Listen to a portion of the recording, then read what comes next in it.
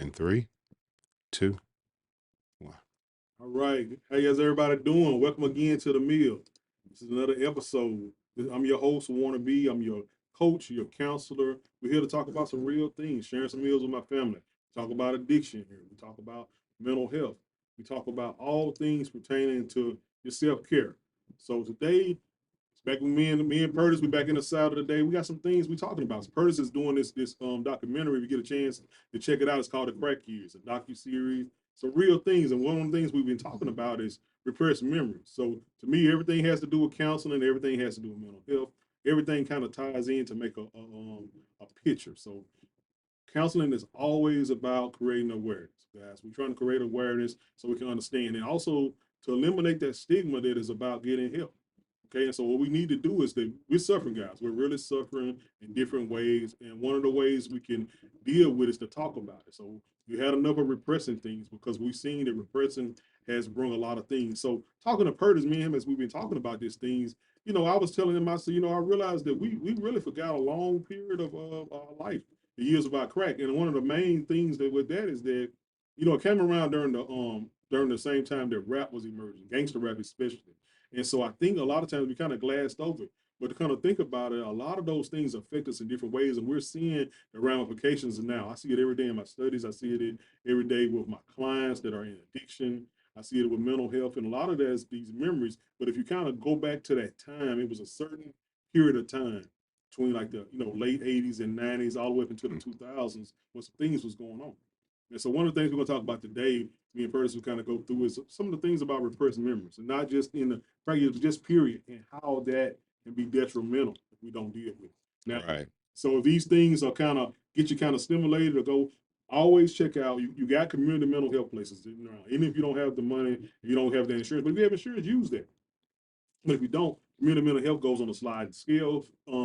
You can go in there and you can see them. They usually have grants and everything like that. And so if there's some things that trigger something in you and you think you need to kind of get some further care, please do that. Because here's just about information. This is not we're not here to treat any kind of program. We're here to make you awareness. That's why I say it's more about coaching than just the actual counseling.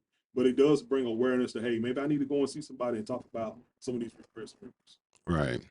What's going on, guys? How you doing today? Man, you know me. I'm overly excited, not just about your show going on, because we have a topic today that is really related to what we're now discovering to be a tremendous challenge for like every community. That repressed memory has a much larger effect Mhm. than I think any of us really realize. And one thing I wanted to ask you about too, I was before you arrived, I was thinking, and I wanted you to see before we even go into repressed memories, I want to let people know that there's a difference in repressed memory and a person who's acting like they don't remember. Okay, yeah, You know, exactly. so I just wanted to say, what do you think about that person who's like, I'm willfully denying it? Well, it's a way of You escape. know, Like I said, one of the things we do when we go through anything that's traumatic is we compartmentalize. And the whole thing always about the human body is always about survival. yeah, You know what I'm saying? And sometimes we have to survive in different ways. Some people, if they're in something that's severely traumatic, their brain and their body locks it away. They have no no control. They do choice. it themselves. And Okay. then sometimes we lock stuff away ourselves in order for us not to have to deal with things. We know it's there, but then we just don't want to deal with the fact that, hey, maybe I need to go in and lose some weight. I don't want to tell everybody. I can just say Now you're talking about everybody is fashion. Everybody fashion. Instead of me just telling with the fact that, hey, I'm I need to big. lose some weight. Yeah. You know what I'm saying? Sometimes it's like that. Instead of me saying, hey, I'm just a mean person, I can just say, they just don't understand me. I'm misunderstood. You know that what I'm saying, you're not a Right. nice. You know what I'm saying? So Right. it's a difference between me not being aware and me actually having something that is repressed because of something that has happened that's so traumatic. Okay. Okay. Because I wanted to make sure I brought that up because some people will say, I don't remember that. Right. And you can really, and and you can really see in their face that they're lying. Right. And I don't want people to take this really lightly when we're talking about repressed memories and the things that can actually happen when those memories start to resurface. And that's why it is so important to have Warner here to kind of guide us through this, because when those memories start to come back, it's not like your memory didn't get repressed because it was a happy Right. Most of the time, event. You know, it was traumatic. trauma is different. So you got different kind of trauma. You got light trauma, dark trauma. Right. Light trauma is that if I come out here and I hit my leg on this thing right there, that's Mhm. light trauma. So the reason why is that if I come back and I hit myself again on the side of this table, I'm gonna remember that. So Right. I'm gonna move over to the side when I come in. If it's deep trauma, if Curtis got something exposed here, you know what I'm saying, in this metal, and I cut my leg open, Hmm. that's deep trauma. So not only I'm gonna do that every time I see it, I might do like that. You know what I'm saying? Yeah. Then if it's really, really bad, he cut me to the bone, I might not even come up on this floor anymore. I might not even walk on this step because it's so bad. Just me seeing this building reminds me of this trauma. Right. You know what I'm saying? It's Gotcha. a deeper trauma. So we got different levels of trauma. Hmm. So sometimes what we talking about, some things are so repressed so deep that we don't even know it's there. And when it comes out, it can scare us. And that's where we're headed in the repressed memory category as we move forward, because and this is from my going to therapy and learning that once the can is open, Yeah. it's open, So and those memories start to come back, and you start to remember this and this and this, and it's like you just kind of opened it up, and your brain is like, oh yeah, you ready for this? yeah. And you might not be ready for this, but your brain is like, well, we finna deal with it. Yeah. And so I want people to really understand that when this starts happening, we're in a dangerous place right now, society wise, because everybody wants to be independent, everybody want to be by themselves, and right now is when we need to pull together, because when this happens, when these memories come back, regardless of whether you want them to or not, this conversation is going to start them to open. We need to find people, Right. find therapists, Right. friends, family members, pull together, Right. and that's why, Warner, I'm really leaning on you to help guide us through this, because dude, you know I don't know what I'm doing. Yeah, yeah. Especially like if it's sexual trauma, mental trauma, something like that. We have to really kind of look at those things because trauma is like this. This is what trauma is real. We do this thing called trauma informed care. Trauma is like a time step on your computer. So if something traumatic happens, it time steps. And what it also do is time steps you at that age. Ooh, So if now, you if what you somebody see mean? somebody like, hey, I'm behaving. So if I got something happen to me sexually at 5 years old, 7 years old, it stamps me at that time. So I'm 5 or 7 years old. So I'm kind of like in that mainframe. So my body continues to grow, but then some of my behavior when this thing happened, I reverts to that same age mind frame. And I kind of act like I'm in, oh, you'd be like, oh yeah, like a child. She acts like a kid at that certain thing around certain things, but that traumatic experience put that way.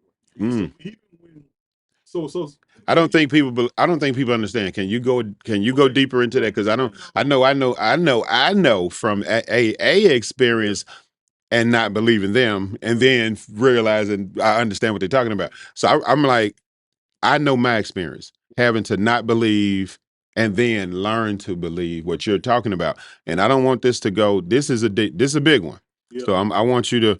I want to. If I had to ask again, I might need you to explain it again another way for the people in the back. yeah. But this is important, people. So I need you to listen to Not this to one. seem silly, but it's all about defense. It's almost like you're kind of frozen in space. It's like Mm, everything freezes at that time.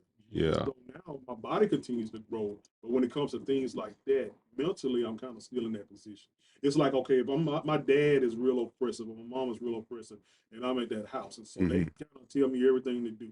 Okay, so now I grow up, right? And I grow up, I get my own house, and I do everything like that. But when I go to my mama's house and they ask me something like, "Do," automatically revert back to that 5 or 7 year old where they were really oppressive. And I Hmm. forget that I got a car outside. I forget that I got my own house. But when I'm in that house, everything surrounded by my parents. So if I needed to do something, my parents told me no, or I disagreed with them, or I didn't like what they did, I was stuck in that place because it was so oppressive that I didn't have no choice. But now, Okay. when it happens, I don't realize that I can get up, and I'm still in that 12-year-old stage. And if I don't realize that, I can't say, well, mama, I know that you're, I respect you, but mama, you're hollering at me, you're throwing something at me. I don't have to take those licks at 45 years old. I had to take it 5. Now, And so I can, because you know why? I can get up and drive my car. But if I'm stuck traumatically, man, mhm. I mean, cut y'all, I'ma still think, until I come to myself that I got to sit there and let mama punch. It's a movie about that. I can't remember what it was. I think it was the guy. He wrote this song or whatever it was. But what it was, his dad used to beat him all the time. I cannot remember the movie. I can only imagine. That's what it's called. I can only imagine. You ever watch that movie? I can only imagine. And he was like that. His dad used to beat him all the time, and it was at the kitchen table. And what happened, man? He was grown one day, and he realized his dad was trying to do what he always did. But he realized that his daddy, his daddy didn't have that court. That sounds familiar. I can only imagine. It's a song he sang. I can only imagine. It sounds familiar. I can't sing It it. do. Being all the viewers believe. It's now to what you're talking about, that repressed memory, acting like you're back at mom's house and the rules still apply, Yeah. even though I got a car outside. Yeah. I want to, I'm not talking about mom and daddy. I'm saying, how do these traumatic experiences, I'm still 12 mindset, affect my relationship with my wife, my girlfriends, my friends? That's the important one I wanted to. I'm gonna lead you to that one right there. Things that if I'm in a relationship and that my mom was real oppressive, my dad was real oppressive. Mhm. Relationship with a guy, and say I'm in my job now. My boss is real oppressive. Now we're going. There we go. It's real oppressive. Then instead of me standing up and realizing now that I'm 35, now that I'm 25, and I can stand up, I go back into that same 12-year-old person, and I bow down and I sit down and I stop Okay. saying because in my head that's what I am. I want to raise my hand now. Okay. Okay, because when we talk about our frozen wages, Okay. how much of a part can that play into it? You just talked about when my boss says something to me, instead of me standing up to him and remembering I'm 35, I bow down to him. So when we go in for asking for raises, we scared. Yeah, but I'm also scared of that authority. I'm also scared that I'm supposed to be a certain way, and I don't remember. Even though I'm 35 and my body is grown, I still have that same tendency to kind of revert. I revert back into that same position. So what if we got a problem like generationally about, give me one. Well, the whole everybody, right? Yeah. We're all dealing with that same type of trapped at 12, 7, 8 years old. We don't want to go up to our boss and ask for a raise. So over the past 30 years, frozen wages take place because none of us grew up, because we were all stuck where? Traumatized in them damn crack years, sir. And that's And that's the thing about trauma, man. And man, trauma traps you. Trauma traps you. Well, you got to think about that. That goes back to the dude. thing about the of a society that's trapped by certain kind of ways. We don't see anything outside of that society. And trauma is so real, Wow. man. So real. And I always tell people, I remember this story about my dad. When my dad, his dad left when he was 12 years old. His dad left when he was 12 years old. My dad's most masculine guy I knew, real tough, man. He was hunting and fell down the hill and shot himself with a 22 in his leg, crawled up the hill, and all these stories about my dad. I never cried, never met. But I remember my dad, I was at a funeral for my cousin. My granddaddy came, he was 70 years old. My dad was trying to get me to go and talk to my granddaddy. I was like, Dad, I don't know him. My only granddaddy is Ernest Monaghan, my mom's dad. I don't know him, nothing like that. Go talk to him, boy. Go talk to him. So I go out there and talk to my dad, granddad, and meet him. He's the same height, we look like each other and everything like that. So I'm talking to him. And then later on, man, I'm down and I see my dad. Like I said, masculine guy, big, deep voice, probably 3 octaves deeper than mine. Mm-hmm. So I see my dad, and my granddad asked him to go get something off the table, get some water or something like that. Yeah. For some reason, man, I look at my dad, and when I hear my dad. I hear the guy, my granddad call my dad. My dad would say, "What? I'm not giving you nothing. You were never there for when I needed you." And man, my daddy, deepest voices my daddy has, masculine guy he was. I look at my daddy. My dad is 12 years old. My dad sounds like he was. He tells my granddad what he been wanting to tell him his whole life. You were never there when I needed you. My granddad knew get him some what you call some drink or something like that. But man, I looked at my dad. That's why I even been a counselor. Never been a counselor. I look at my dad and I was like, "Dad is 12. He's turned 12 years old all of a sudden." But you didn't know that at the I didn't time. know at the time, but I said this in my head. I My dad is 12 years old. Man. He acts like he's 12. Wow, I'm not a counselor. I'm not a counselor. you're not a counselor, but But recognize, and my daddy the watched change in behavior. tips go down, man. It's What? so crazy. I was like, my daddy reverted back to like a 12-year-old, like when his daddy left. I was like, now, so you tell me that is not real. This is why I took any counseling. No, You know, wow. I was like, man, this Uh, is that's why I said when we get into the brain and the way the brain functions, and when you start to understand that self-preservation is the first law of nature, and you start to see how many of us, as a collective, let's just go and say everybody who's alive, I thought I turned that off. Everybody who's alive has been affected by the crack years in some form or fashion. So now we've all traumatic, and I'm gonna say it, all have been so traumatized to the point where we don't discuss anything in the 80s and 90s but the music. there's something that is. Do you know what is amazing about it? Even when you brought up to me, I was like, man, it's wow. You know what? I said, but what are these? I really Man. was so tied to the rap thing, and I was like, we're looking at things, we romanticizing. We have a history of Mm-hmm. romanticizing the rap and the coolness and the gangs and the music and all that. Not realizing that, hey, if somebody's selling crack, somebody is the crack receiving the crack. Somebody's parents, somebody mom. So these guys, we telling in number one, we telling the stories about how the drug dealer did this and how they beat up the person who was selling the crack. We call them boulder heads when I go to hold heads, and they doing all this stuff like that. Not realizing that guy that is stealing or doing all these things is somebody's brother, sister, mom, or whatever. And doing it to And somebody, mama. these things to these things, and I'm realizing that as you get older, I was like, man, we repressed it. We kept on going, and what happened? We decided to focus on the thing that we thought was cool. Not realizing that guess what? That now it's crime because they got to get the money. Where they getting the money? How are they getting the money? And then when I got an addiction, we started working in this field. I'm like, hey man, I was like, I asked my guys, how do y'all get this money? And they tell you all these things they did. So guess what? Nothing has changed of how you get money when you own drugs.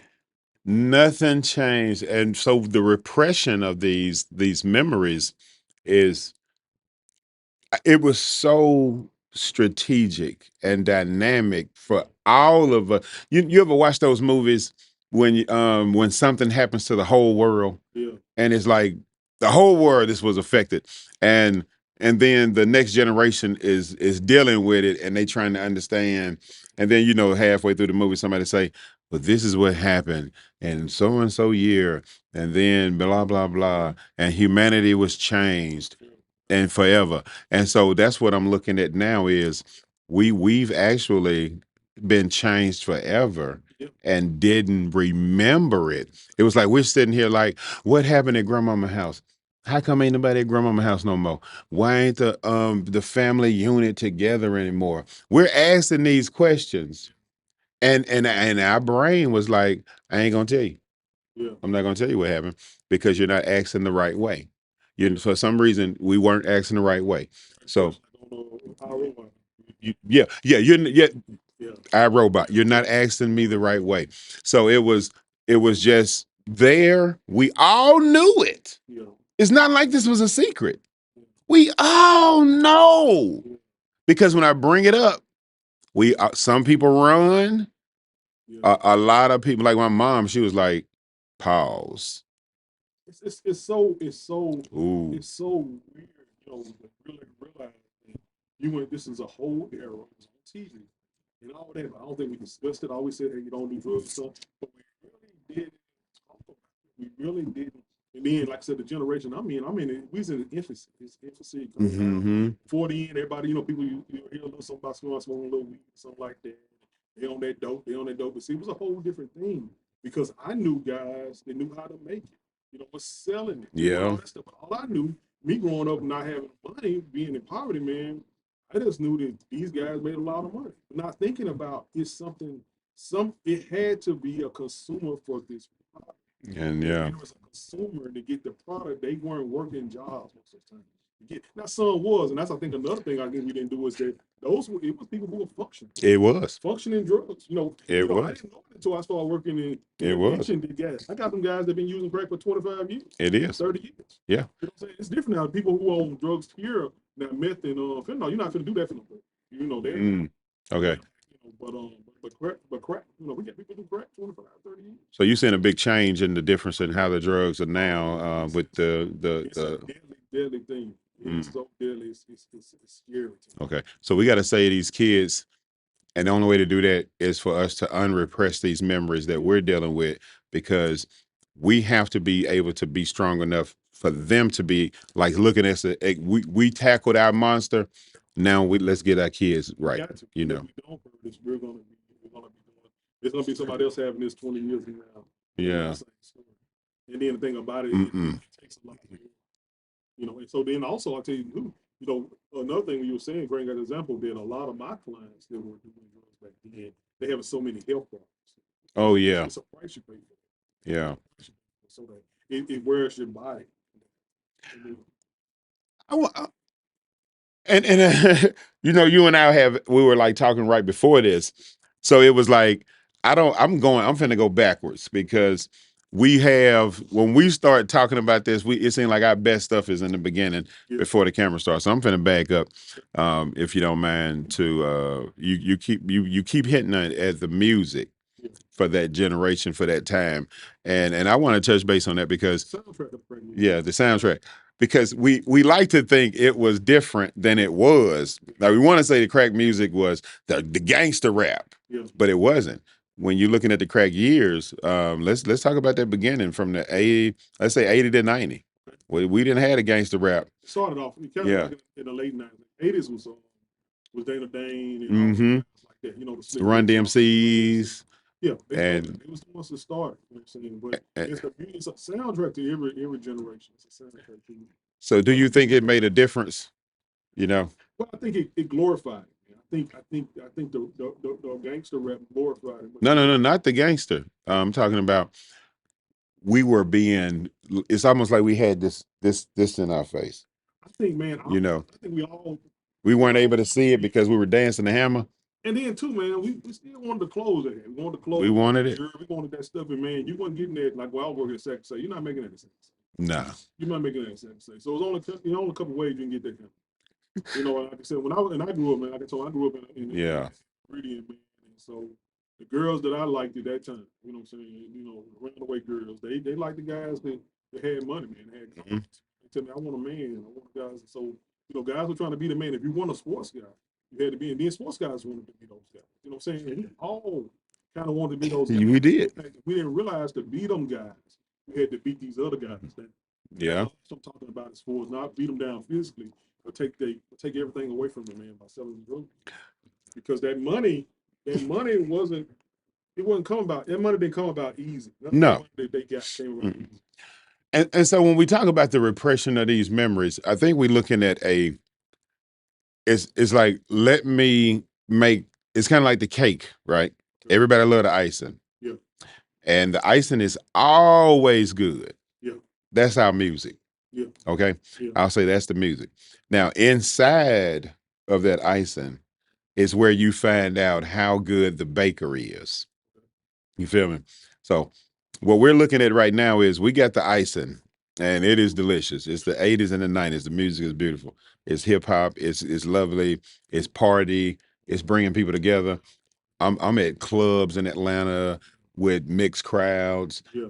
Nobody's shooting yet.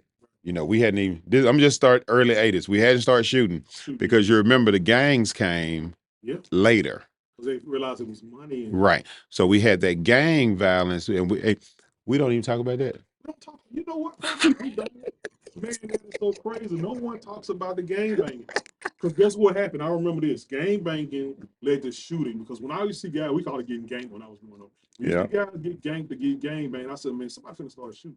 Ain't nobody finna take that kind of butt whooping and not mention somebody gonna start shooting. Nobody talks about that, man. We don't even talk about it. Why is all that repressed? Why is all those? You know what? I'm asking you. You open a can of worms, man. Why did nobody talk about the fact that when half the city was painted with VLs and stars? In Meridian, they had this place called Highland Park, man. Like I said, same thing. Bring back the music. Everybody riding their cars, get it shiny, and everybody drives to Highland Park. But eventually, everybody starts shooting at Highland Park. We couldn't even go to Highland Park no more and ride around. Bruh. You know what I'm saying? And I was like, nobody really talks about it. Man, we used to have Watkins Drive on the weekend. We were out there racing cars.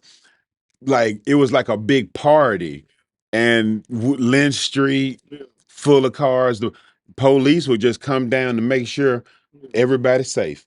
And I'm talking about we did that for years. And then here come the gangs, and they throwing signs now, they painting on everybody's stuff and start shooting, just like you said. And it was like Nobody talks about it. I wonder why no one talks about it. But I it was so popular, man. And I think that I don't know what happened. Like I think one of the things we were talking about was like, um, when people started robbing and stealing and stuff mm-hmm. like that. Where did that come from? But you think about the fact that they had to get that money from somewhere. Like people saying is that Yeah, the trust broke. we weren't scared. We really weren't, people like, well, everybody. I was like, well, no, man, I don't remember walking and my mama really warning us about, hey, don't be this way. These things that happen as much. Right, But right, right. I don't remember being as concerned as I was. I go home now to a reading, and I was like, man, I walk all these streets, man, miles and miles and miles. I'm talking all up and down, back in the community, all over the place. Now, man, I wouldn't walk there for nothing in the world. I'm I can't scared. walk there, but I'm saying, but it's just amazing how something changed. Something was introduced. It was a stimulus that we do not talk about. That is so because I'm talking about repressed memories, but hey, I have one myself. And That's the crazy thing. I that's have repressed memories, and I don't even remember being that traumatic to a point. For some reason, my body chose to repress them, but I'm thinking it was glassed over. I believe some of us glassed over, some of us repressed, but I know it was true, and I know I chose to focus on the part that I thought was cool. But as I get in addiction now, being a therapist, I realized that ooh, that man, crack hurts people. Crack hurts. It destroys families. It destroys drugs. Period. It yeah. destroys families. It hurts generationally. And so, guess what? If my dad is on drugs or something like that, and I'm not protected, so I don't have my dad. And then guess what? If my dad goes to jail or something like, because they have just learned it. They just learned recently, like what we're dealing with now. Me being in the drug court board is that Hmm. I'm sending people to jail for being on drugs is not working. It's not. So now that's why we have that's why we have the drug court and all that because they say, hey, it's better to send them to rehab and get them rehabilitated because Mhm. that's not fixing it. Right. And that's why we want to try and get this this this just moving forward further and further so that AA can say, hey man, you know what, let's take off this, let's open this door up. I'm gonna keep on hitting at them because that's my team. I love y'all, and I know that you're hiding, and I'm not hating. You're anonymous, you've been doing it for 100,000 years, but I'm just trying to see if we can open that door because right now the crack years have been forgotten. We got a major brainwash going, and as we talk about it, even Werner just like, man, we don't even talk about the damn gangs. That was like nobody's mentioning the VLs, the stars, the folks, the forks that were everywhere. The Crips, they all of that was going on, and how people were treating certain people's mothers, and how we were behaving ourselves, and how we went from being able to cruise down the streets and hang in the parks, and the police really being Yeah. our protectors, And they you know. changed how we view them. And then also Yeah, the things we watch in the movies we watch on TV, it changed our view toward cops and police and stuff yeah. like that to a point we consider them the same as they were on those movies. It was a different community. And that wasn't Yeah. even my that And it that was wasn't even my community. we adopted that. We adopted what we saw on South Central. We adopted what we seen on Colors. We adopted that to our thing, to a point where that was not. And even like I said, it's just something how that was so changed, and how all of those movies came out at this certain time. It Because I think I really, like I said, in my opinion of that, it had a lot to do with how we looked at it because it was so many. They kind of glorified it. Even when it was bad, it was still everybody wanted to be old dog. Everybody wanted to be. they did. Everybody wanted to be those things. And I'm gonna go back to that music again. I think it made it so much easier to listen to the beautiful, like New Edition was bumping. You know, this is a time. Oh man, this is a time, and I'm talking about repression. We love to talk about how we so separated, separated, separate. Tell me if you don't remember the 1980s. They like to say Michael Jackson was the first one to get on MTV. He might have been the first one. But MTV was jamming, full of mixed music after that. and it was Michael, Whitney, Luther's. We had even on BET we had a Donna Simpson. We had a we excuse me, may not have had it on TV as much, but we as the youth were listening to Duran Duran. We were listening. Yeah, we had to, but you want, but it changed you how you looked at music because it was jamming. because that's why if you talk to anybody who grew up during that time, because what I would do, I would stay up all day just to watch one video with Michael Jackson and Prince. Yeah. So what happened? You had to watch all these others. And you realize, guess what?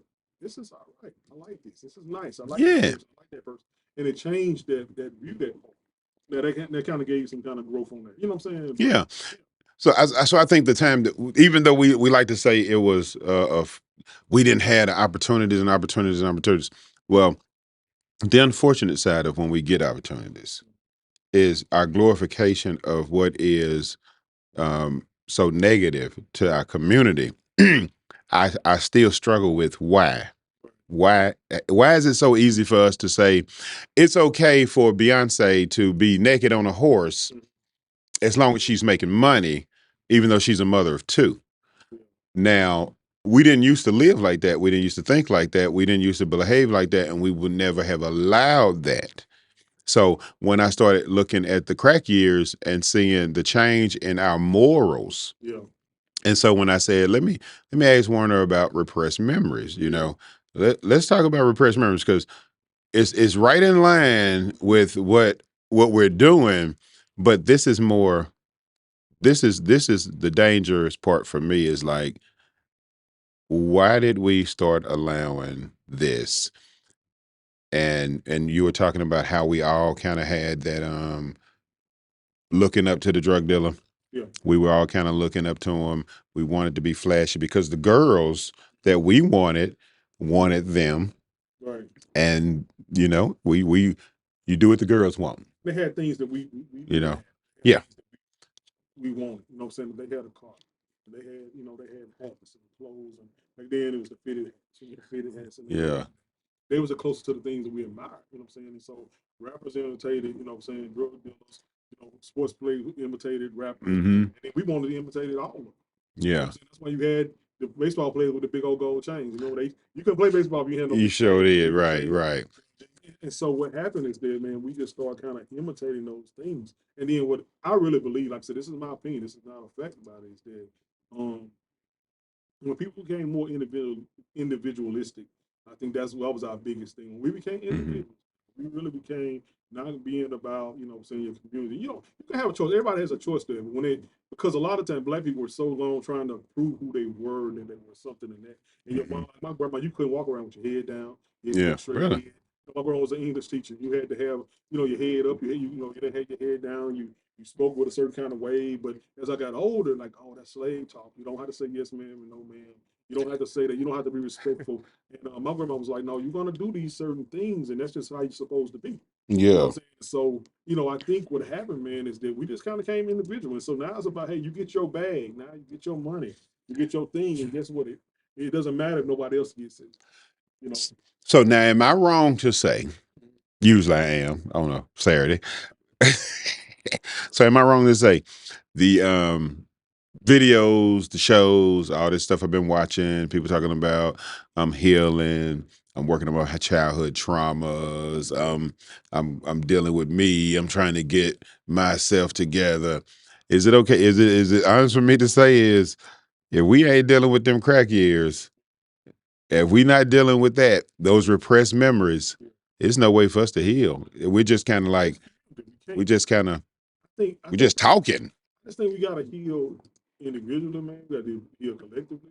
We gotta heal as a community. It's not just a little healing; it's an all healing. You Yeah. gotta try to do all of it because see, that's like me. I can just say, well, okay, I'm okay myself, but if the reason that I come here and you come here is because we care about our community, not just our community. I care about people. Period. I don't care Right. about somebody. I care about people. I care about men. I care about men because guess what? When they come in my office, man, and they sit in my office, man, and I talk to men, it never had stopped. It's not one day that I Hmm. had said, yeah, I give so much free therapy out, man, because it's a need. Yeah.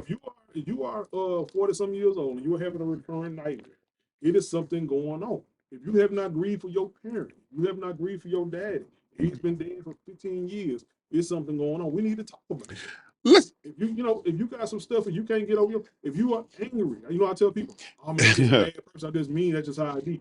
I was like, is no angry babies out there. I got to snapping folks. You not, if you see a baby snapping some folks, something's going on. And then my baby was angry like that. I said, what happened when you were, what happened when you were pregnant? Okay, was when you and your boyfriend into it all the time? Did he hit you? mm, That's what that baby receives all that stimulus. So if well, he come out and he's mad, it's something happened because babies are not born mean. So if your baby born mean, something has happened. hmm. Okay, so you're not, ain't no, you go to a daycare and you look at the 1 and 2 year old, ain't no baby slapping folk, pushing people out of their thing. And if he is, you talk to him, I guarantee something will happen to his mom. So I need to figure out why am I angry? Why are you that way? I'm mad. Man. Why? I'm gonna bring that up again because you like before we started talking, you mentioned we're not paying attention to the changes in behavior that are taking place within one of another. And I wonder why do you think that is? Why are we not how are we missing that? Like you just said. Always bring it down. This human nature. We don't want to hear it. By nature, we are selfish. Is that no. I'm not gonna believe that we selfish by nature. By nature. Selfish. What we mean Well, by it's a self-preservation. so that's being self. We are, man. So guess what? You know, I'm gonna tell you what. Okay, get a baby. Always bring it back to the baby. Bring it back to its rarest food. When you see a baby, you give a baby ice cream. Right? It's good, right? You got your ice cream. He got your ice cream. What that baby gonna do? He's gonna try to grab your ice cream. You have to say no. You can't have my ice cream with your ice cream. He gonna take it, put it in his mouth. You have to tell them. Kids learn what not to do. Yeah. You know what I'm saying they do stuff and you say no, you can't do that. You can't have it. You can't have mamas and dad. You eat your. They don't. No, you can't have mine and yours. You eat your. Mm. So you don't get the fallout. So what you're saying is we're born selfish, Guess what? and we have to We learn learn it. to be communal. We learn how to be that same way with a what you call what I'm dating. So I can't just pick my Okay, significant other up and just take her. It's rape. It's abuse. that would be selfish, Let's be selfish, right? Because I'm right? just trying to satisfy. Oh, so you got to learn. Okay, I see what you're saying now. I got Okay, you got to learn to ask.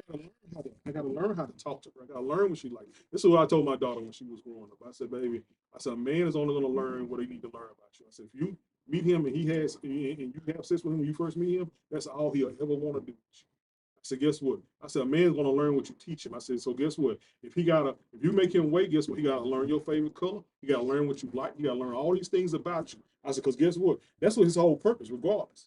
I said, guess what? If you don't, when you get y'all, if you meet him and y'all have sex the first time you meet him, he ain't gonna know nothing about you. What's your favorite color? I don't know. What's your favorite color? I wanna do what we did last time. That's all he gonna ever learn. Because Okay, he's not, you have not learned him.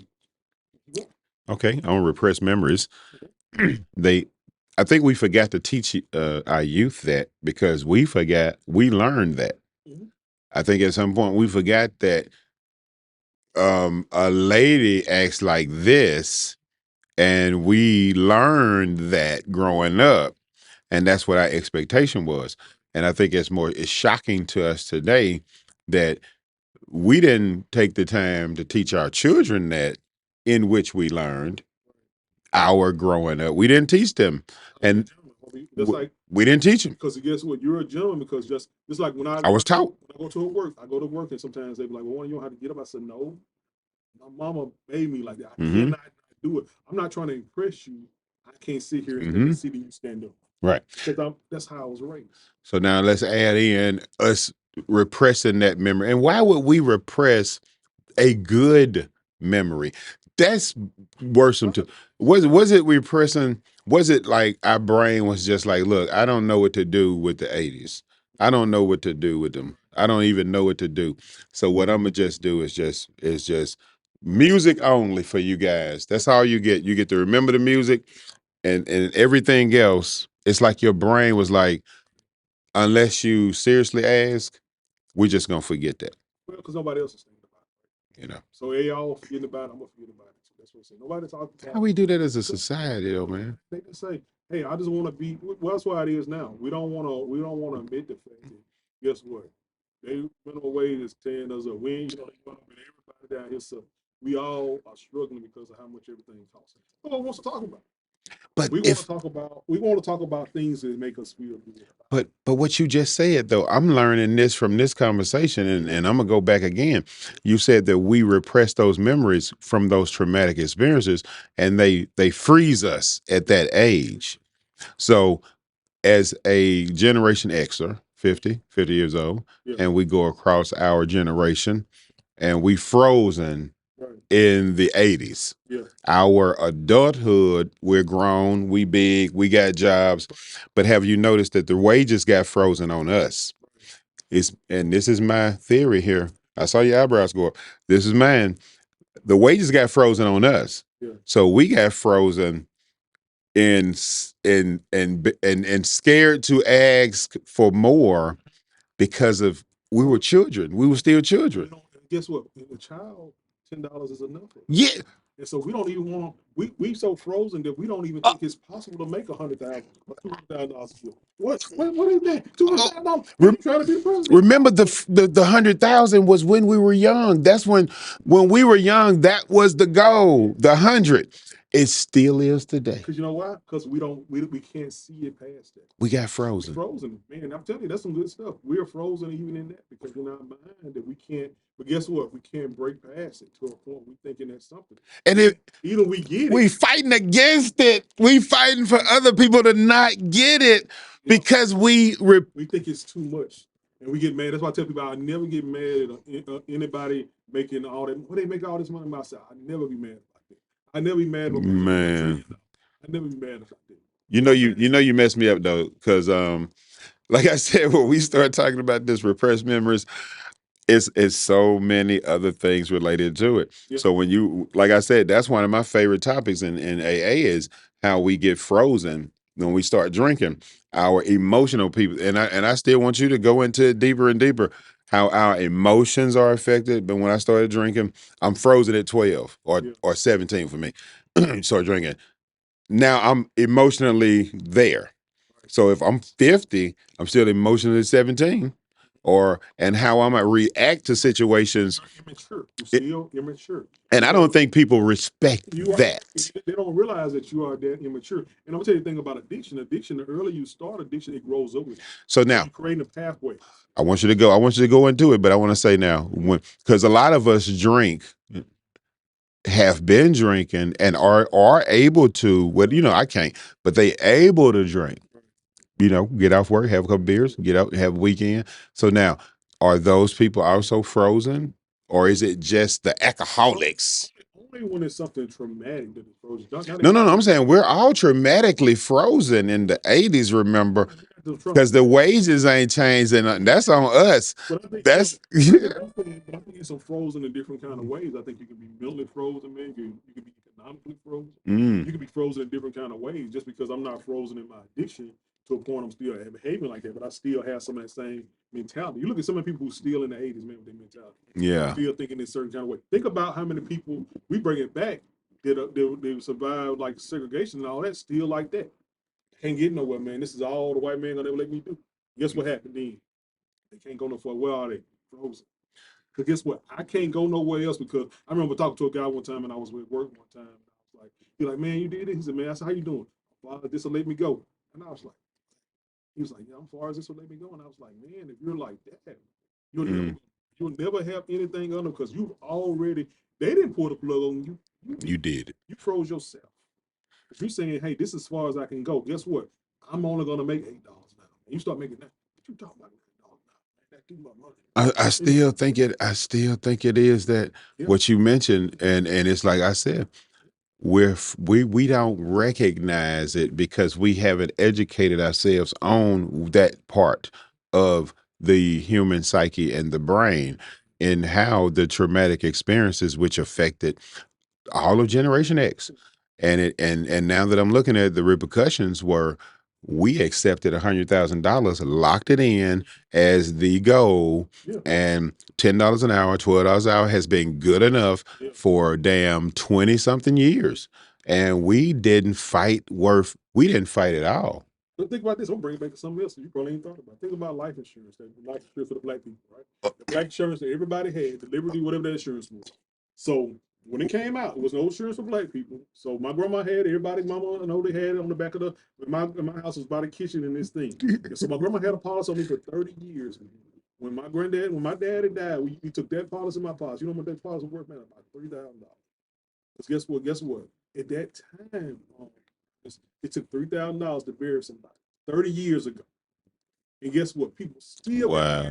policies, man. They have never got past that. Well, guess what? Them good people. I said, yeah, they good because they're gonna be having that money forever off of y'all. Because guess what? What are they? Curtis, they would. It Bro. goes into that mentality, man. And man. $3,000 can bury you 30 years later. And so if you look at the fact that we separated the families with the drug years, we ran into all these problems of separation where your mother and your aunts and uncles would have went in at a certain age and said, I'm taking over the finances for grandmom and granddaddy and make sure they good and they can retire and relax. We didn't do that. Yeah. We didn't do it. We just grandmom and granddad to pay their own damn bills, and we hope they don't lose it. And it just so happens that my family was able to have enough people to come in and work on making sure that didn't happen. But I'm starting to see so many families affected that were like, wow, wow, and wow, like what's going on here? Why aren't we seeing more, you know, more more help Mhm. for our elders? You know what I'm saying? Why aren't we seeing more help? And so it's strange to me, and it's scary because of where we're headed. Yeah. Like where are we headed in the next few years if we don't get a grip on this? Because none of us remember. And then I think it's not, we don't think it's important. I don't think it's important. I think it's hey, that's something that happened in the past. But like I said, we're gonna be doing a repeating. We're gonna be doing the repeat what we haven't dealt with. We don't hear. We're gonna be doing a repeat. That's that thing about. That's why I think we have to talk about mental health. That's why I think we have to talk about addiction and all those things like that, man. Because we don't, don't hurt us, man. It's not gonna just go away. It's not gonna go away. It's not gonna go away. And then guess what? We're leaving, like we talked about before. We're leaving this world to our kids, man, and they don't know. And Child. And you can survive individually, and guess what? Once like we talk about the AA, but once you slip, guess what? It's just on you. It's just you. But if I'm in there with a group of people, man, I can at least help my brother. so what are we gonna do, man, if we got these repressed memories?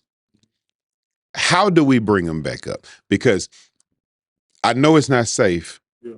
to bring them up by yourself. I know that's dangerous. Yeah. That can be, especially what we're talking about bringing up. Some of that real stuff, when you start talking about, like I think we started before, when you start talking about, like, sexual abuse, you know what I'm saying, physical abuse, something like when it was really deep abuse, you need to take that over to counselor. If you say, hey, man, I might have something there, then I need to really talk to somebody as a counselor. I need to really talk to somebody because they're going to know how to do it, engage it over time.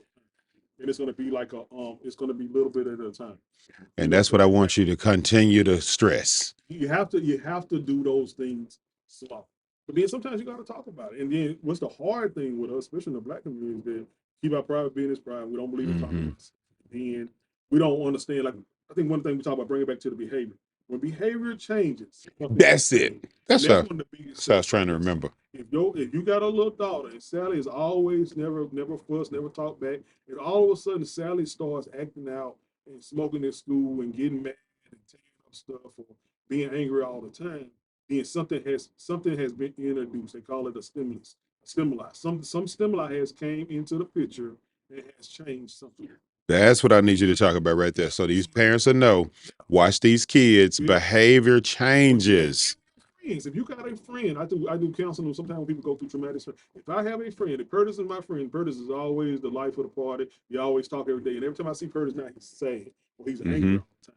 Something has happened with Curtis. I don't care if he said me no, no, no. Ain't nothing wrong with me, man. Ain't nothing changed. No, man. I'm gonna tell him. I said, Curtis, no, man. You ain't you. I've been knowing you for this long, and I've never seen you mad every day. Right. Something's going on with you. What is happening? Man, ain't nothing happening. No, something is happening. What's going on? And that's why I keep saying, if we're going to deal with repressed memories, we have to get back into community. We have to get back community oriented mindset, this individual, me, selfish that we didn't learn. Well, we're now is it, you know what it seems like? You said we had to learn not to be selfish growing up because the baby would take the ice cream. Okay, so we had to learn not to be selfish. And it seemed like we learned not to be selfish and love one another and considerate of each other. And now it seems like in the past 10 years, we're trying to go backwards and say, let's unlearn that. Think about stimulus, right? Okay. Think about this, okay?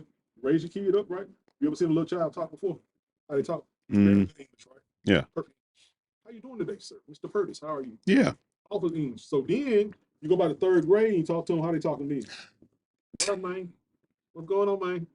What happened? Did they unlearn, right? Yeah. So they learned something else. Some stimulus came into this picture and it changed, man, how we talk, how we look, how we do things. Because you know why? Because people talk about code switching, but we were always been able to do those things. And so do you think that's more of a It's culture, man. culture that we're not monitoring the role models? Because guess what? That's what I always tell people. You out there doing you, the world is doing you Yeah. because you're not doing it. Like I remember my daughter when they was little, I was bringing my kids, but when she was little, she was like, "You got a teacher. Her name is Miss she said her name was Blum or whatever like that." And she told us just call her by her last name. I said, "You better not call her by her last name. Call her Miss Blum, Miss Blum. We don't do that. Hmm. Everybody call that. I swear, you don't do it. We don't do that." And so it's always, hey, this is what we do. Right. So like that. I was like, they cuss. You're not. You know, that's how kind of that's how my mom was. You know, it was a constant correction.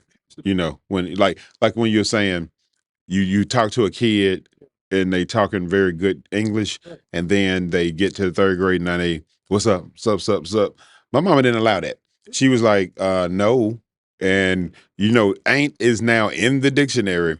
It was not when I was growing up. It was not used. We couldn't use it. So the teachers or the environment at school or whatever you see on TV was policed by my mom to the point where I don't care what you think you learned at school. This is how you're going to grow up. Right. This is how it is. And I don't think we do that anymore. I know I'm not saying it. It's not because that's what I worked in the school system, man. I was a school counselor. And I remember being in school, and man, the kids were cussing so bad.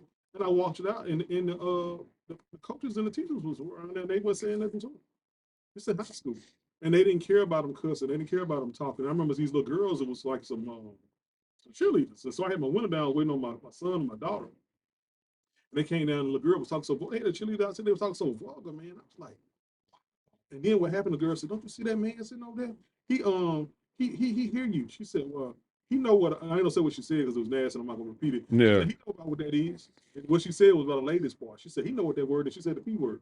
She said he know what that is. And I was like, and when I was growing up, the cheerleaders was what leaders, man. They were like leaders, and I was like, wow, man. It's like I laid my window. And I was like, wow, man, the world has changed so much. Well, I'll say this. That was 9 years ago. I think it. 9 years ago. I think we repress the memories of how that happened. You were just talking about well, earlier on, you were talking about how we all kind of got caught up in that lifestyle, wanting the rings, the jewelry, the girls, and the cars. Yeah. So I think we repressed the fact that what really happened was those beautiful girls, the ones that are queen of this and beautiful of this, was the one dating a drug dealer. Oh man. And since we repress these memories, we also forgot that she's dating a drug dealer, and the drug dealer is sleeping with the crackheads. Not to call them crackheads, the person with an addiction. And then when we forgot that part, we forgot that hmm, those girls didn't used to do certain things, and now the women's liberation has really, and this is just Curtis saying it, it was a cover up for competition with drug addicts. So women used to not put things in their mouths and do things like this. And none of these things were ladylike. And if it was done, it was in the privacy, closed doors, locked windows and stuff. And we weren't nowhere near discussing it. Yeah. So we would still be like, she did what? Yeah. You know, so the competition with the drug addict Yeah. was our most beautiful women Yeah. because they're competing now with he got the money and he'll get any girl he want. So that beautiful girl is competing with the nastiness of a drug addict. For addiction, because Yeah, addiction, with addiction. addiction does a lot of stuff too. You know It, what I'm it saying? it eliminates all your moral and all that. So we forgot that part. Yeah, and then also where that come from, Bert? Why would we think these girls had to do these things? Why would they want to be attracted to those guys? And that's another whole thing for discussion, man. That's a on another level. It's I'm not. not finna tear up MC Light right now, but I'm gonna throw the rock in the water. I want a roughneck. Got to have a roughneck. I said, man, I You think know, we and I'm not saying I'm not, even me talking about that music, I don't glorify none of it because see, I know the damage that a lot of that stuff does. I know even when growing up, man, certain stuff I would listen to get hype. And you ever hear guys say when they finna go do a shooting, what they listen to. You know what I'm saying? So all of that stuff, wasn't man, Whitney. somebody got to take responsibility, man, for that. You know what I'm saying? Somebody got to take responsibility for those things. And I'm not saying it's not about, hey, we don't here to down everybody. It's just about being aware. That's the biggest thing about counsel. That's the big thing about me and you. How we kind of connected is about Yeah, we want to make people aware, man. Hey, this is what's going on. This is hey, it's a reason how we got to this point. it is. Where did we get here? How did we Hmm. get here? And then how do we keep from going here again? And that's what you and like you just said. No matter how I say it, no matter how I look in the camera, let me put the camera on. No matter how I look in the camera when I say it and the look on my face, it is really bringing awareness. It's not about putting you down. Look, I was jamming to the songs too. I was listening to the music. I was going in. Yeah, You know, it wasn't anything that that music didn't do to them that it didn't do to me. But what I'm doing now as a 50-year-old grown man, I'm re-evaluating my life. yeah, And as I've grown to understand the power of the word, the power of thoughts, the influence on younger people. The child is programmable from 0 to 7, and then they start to imitate what they've accumulated. So I didn't know all of this as a youth or right. even as a teen or as a young adult. I didn't know all of this. I had no understanding of what Werner was mentioning. Your brain is frozen when you start to drink and get an addiction, Yeah, and you become paralyzed at that. I had no idea, and I think that that lack of education is why yeah. we are suffering so bad. We got that repressed memory, and it repressed us all. And Well, that's how I am. You know what they say, Curtis? It's just how I am. And so I was like, this is what I ask people when they tell me that society. Do you like yourself? Do you like yourself? Are you mm, okay? Are you just okay? Are you I just think they lying to themselves now. to this? Because who go? I don't care. Nobody like me. I'm a B, and this is. I was like, why would you Who don't care? be okay with that? Say, why is that okay? And I hear people say that I'm just angry. I'm always be angry. And I was like, man, you don't have to be. I'm just a man. I was like, you. I used to have an anger problem. I told people all the time. I used to have an anger problem. I learned how to deal with that. Right? Because guess what? I want to live. You know what I'm Yeah. saying? I want to live, man. So I can't be angry around here, whooping on people. You know what I'm saying? Because guess what? Somebody gonna get tired of getting whooped on, they're gonna shoot you. Do something to you, hurt you, gonna be in jail. And then that's what happens, man, when we can't control our behavior. We understand. So what I do with anybody Ooh. coming here, I gotta understand where this starts. That's what I ask people all the time. Hmm. Hey, I got this going on, I got that going. Okay, where's your genesis? Tell me, just like if my car was broke. But I'm gonna ask you when you come in, I'm just like, hey, when did this start making that noise? Hmm. Okay, and then we go from there. When did you Okay. get when did you get like that? Okay, I don't remember. I just got in this deep depression. Okay, can you tell me? I guarantee you can tell me because guess what? It's a time stamp. Yeah. It's a time stamp. Oh, it was about when I was 3 years old. What happened at 3 years old? Mom and dad got divorced at 3 years old. Hmm. So, bingo. You know what I'm So, saying? My brother left home. My so and so was killed to this thing. Bingo. That's when it hmm. started. Okay. And so that's what happens, man. And so we try to figure it out. But oh man, I don't really remember. So sometimes we blank out stuff. You know what I'm saying? We repress Mhm. it. But that's when it started, and so it's always a reaction to a stimulus. And you brought up that's what we blank out stuff. That's what this is all about. Repressed memories. So at what degree do you think, or is it just individually based? At what degree of trauma, say stress level, like do we, and do we become so sensitive to it we start dementia maybe? Mhm. We got a high run up on dementia right now. What if that's a Stuff, man. what if? But I'm saying though, what if those repressed memories from the '80s that we all seem to have forgotten, that we all seem to don't talk about, or what is triggering that dementia? What if the trigger is us trying to forget? Because the generation that's going through it right now, don't forget, they were the ones who were struggling with the grandkids getting dropped off at the house, the working. I'm talking about they raising the kids, they covering up the drug users behavior. That's when the girls were saying the uncle was touching me and grandmama didn't say nothing. Grandmama and them were covering it up. Granddaddy might have been sneaking in the rooms. Remember, we was talking about drugs make you extremely horny. So when we're looking at whoever was the drug addict, whoever was a drug person, whether it was male or female, I know from experience that particular drug, those cocaines, you're horniest. You're really ready. So I'm just looking at it from my unique standpoint of terribleness, Me too. and without a moral foundation, which I thank you God I had.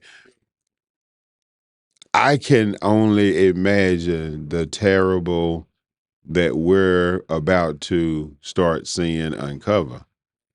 Yeah. And that's what we're seeing.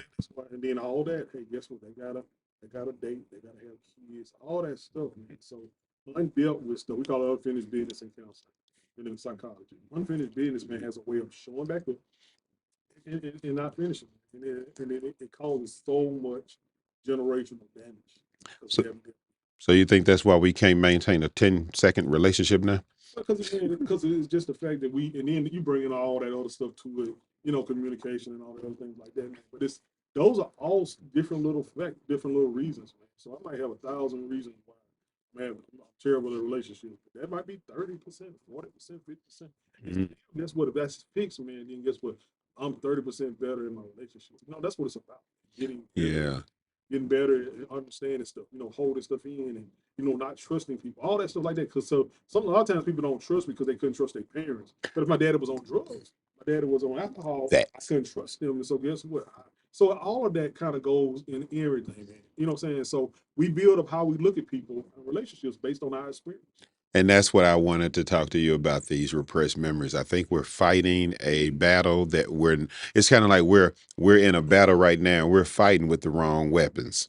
I see all these couple podcasts and they talking about women need to be more submissive and men need to be more like this. And this is this. And blah, blah, blah. And I hear that.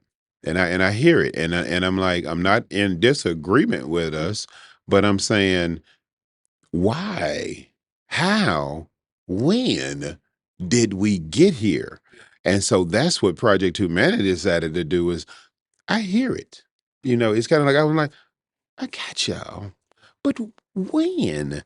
Because I mean, Warner, it was like a struggle to be like, it was like if I hadn't have been in therapy and learning this stuff, and us going back and forth about it, it wouldn't have just clicked to where, dude, the reason you can't remember is because y'all repressed that memory.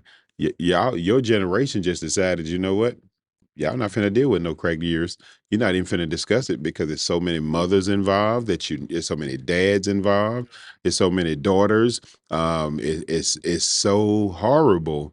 Yeah. And we, just by mentioning that part right there, I had a flash of 700,000 things that are horrible that we haven't even discussed yet, from you remember back in the days we used to have all those crack babies being born again in the hospital. We got a whole suite in the ICU. The crack babies, just where are those babies right now?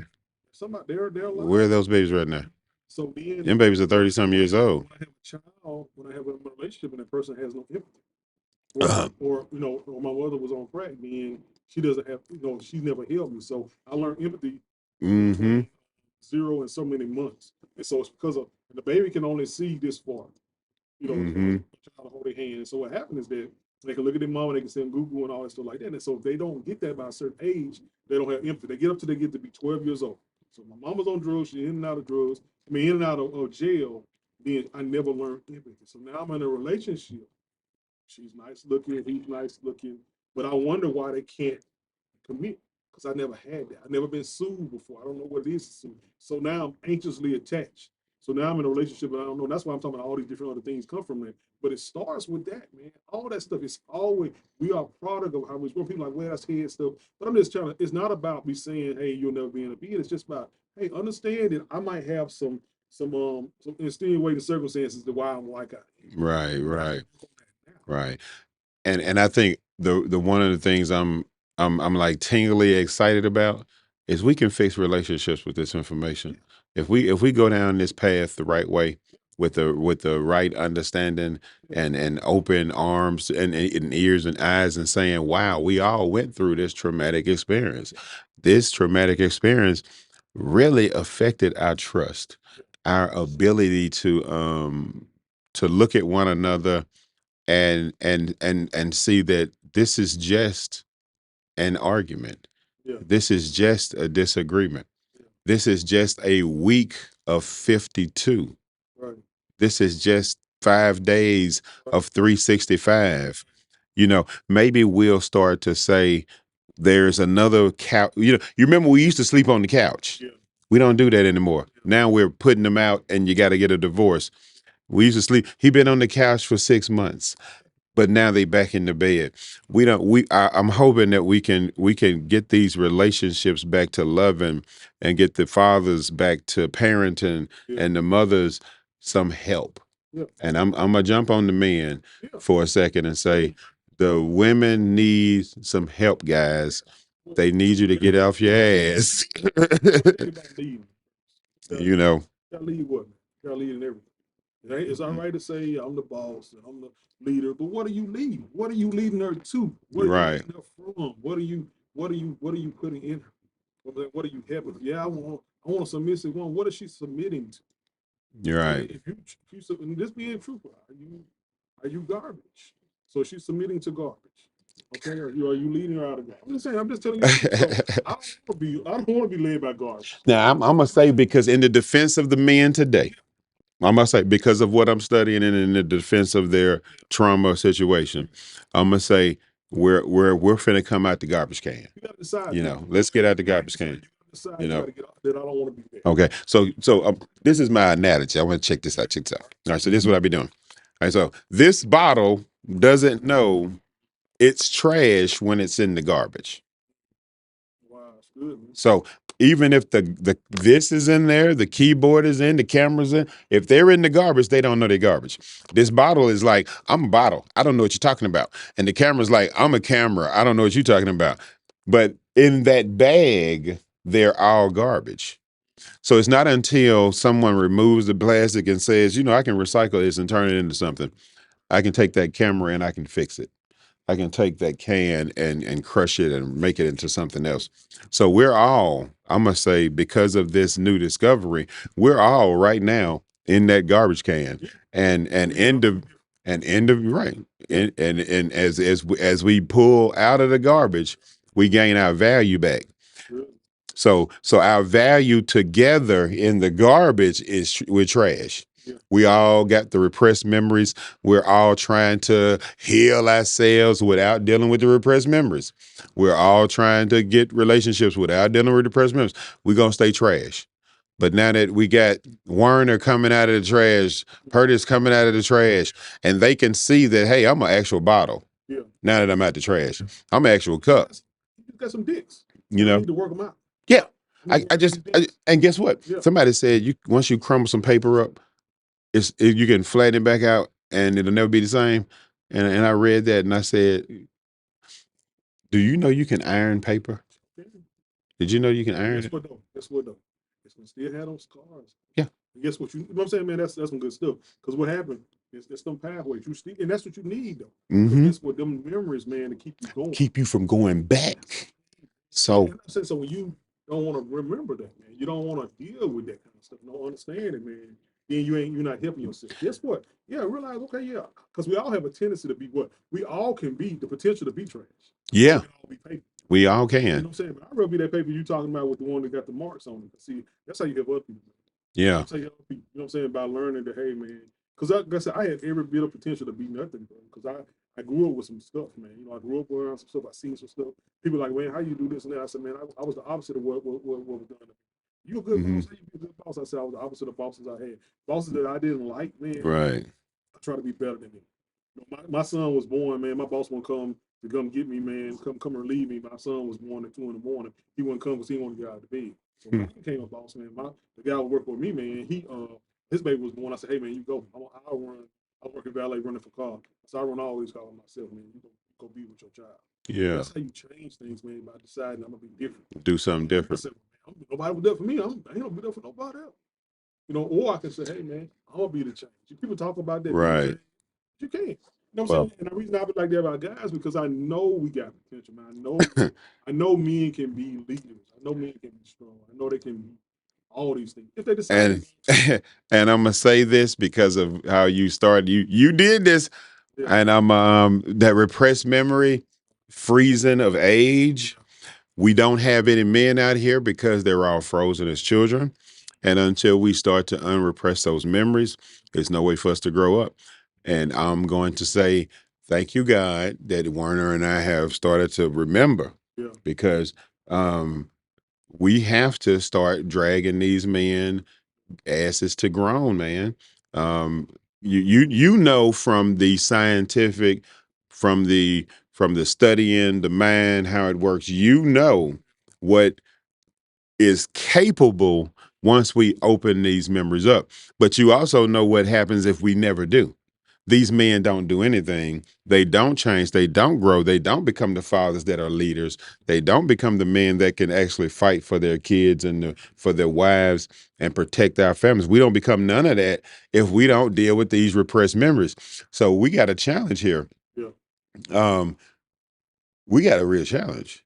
I'm like really when you really go and sit back and think about the what's coming, to just starting the conversation and reminding us yeah, of what we saw, reminding us that man ain't sorry. He ain't a sorry man. That dude saw a lot and he's repressed it and he's we're shutting down. yeah, We're starting to shut down because ain't nobody dealt with it. yeah, We didn't get to it. You remember when you was telling me about a certain age, you get to like something you do, and then you get to 25 and your mental illness show up. You was yeah, telling me like yeah. your early 20s. Schizophrenia and All right. all. So what the hell happened to us at 45 to 50? What's going on? It's different, man. Body just go through different changes. But I'm But saying like I though, said, it's repressed. It's a not like repressed. But at this time, you actually have the mental illness be repressed. It's actually an incubation stage. so if I'm still doing my research on it, but I'm starting to wonder if the dementia is associated with the It could repression be, of this man. mental. It's still they need it's still research, but it's a lot of peer reviewed trials on dementia and Alzheimer's. I think I think we're gonna have to co-write a paper on this one because I think we found the cure. We found the disease that needs curing. The repressed memories that have crippled us, Yeah. crippled us, And I wonder, man. I just think cripple. it's a great thing. I just think it's just Whoa, because frozen wages, dude. yeah, yes, that's wild. But just think, Parent, yeah, did we find the answer to our it's a big deal because a lot of man? times we talked about it. Like, it's like, man, you know what? I don't even think about those things no more. I only think about the good stuff. What I thought was good, the feeling and all that. And I think Mm-hmm. it's a whole segment of society it dealt with. And also the way we look about our houses, the way we think about, people. breaking into houses, all that stuff changed, man. All Yeah. that changed really, really quickly. We used to keep the doors open at night. Yeah. And we used to sit back, and even though that happened in our lifetime, we don't think about it. That happened in our lifetime. Yeah, You know, it's like like it's kind of like, hey, that really, you know what? I was alive at that time. You we know, was alive. that's amazing. That is amazing, and that's We amazing. was alive. We was alive You know, when grandmama and them house fell apart. We was alive when the doors were open at night and you could not have to. We were alive when granddaddy put the burglar bars on the windows. We were alive yes, I when remember the that. burglar bars was. Man, we had them. Do you remember That's that? crazy. I remember that. Do you remember everybody had burglar bars? What we doing it? How did we Because just one forget? person was stealing, that's something. But for you to get burglar laws, that means Everybody was you know stealing. what? That is. You know what, bird? That is some wild stuff. Man. I'm scared That right is now some of wild stuff, bird. That is some. um You know what? Because we got them. My grandma got them. We got them. mom, we got them right now. Right now. Burglar bars, man. I'm But like right now. where did the burglars come from? Where did the burglars come from? I'm Why did, like why did we have to have? You know what? That is amazing. I'm like how we forgot all of this. That's when And something changed. it's Something like you said that the behavior changed. Something happened. things changed. So now my windows are bought. The behavior has changed. And that's in our lifetime. And we forgot. Well, anyway, Purdy, Yeah, look, go ahead and wrap it up, man. I'm gonna let you take this. We've been over an hour, so I was trying to get out of here. I think that's a good place to kind of that's a good place to go. I So know your show, I'm gonna put the camera on you and let you have this, cause I know dude, we usually talking more on that side, but it's just an interesting topic. And like I say, well, anyway, guys, if you mm, enjoy like talking about things that are real, this is some real things, some real stuff. And any way you want to know, this is what I tell everybody. If you want to learn about something, you got to go to the genesis. You got to figure out where it comes from. And this is real. Me and Purdy talking about this. Just blew my mind about the fact that's a whole segment of time I forgot about. I never even thought about the ramifications of those years that went on during the 80s and 90s. And so that is so crazy. But we're gonna be talking about it. Curtis has a docu-series. We're gonna be doing some research, some we're gonna have some experts on here when we can. We're gonna talk about it. So we're gonna just talk about it and unwrap it and just kind of go through it because um mental health and behavior and relationship, they all into everything. I can put it in anything, but just being able to put it in more practical, listening then and seeing how that can affect people, I just think that's a way to grow and to learn about it. And I just think it's something that we all need to check out and listen. You might not think it affects you or not, but it affects somebody around you. It affects somebody that you have known. But really, if you look at it enough, it affected all of us. It really did in some kind of way. Some of it might be small, some of it might be big, but it really affected us all. So anyway, guys, thank you so much for coming. Love all y'all. First, love y'all. And we'll see y'all next time, okay? On the meal. All right, guys. Thank you.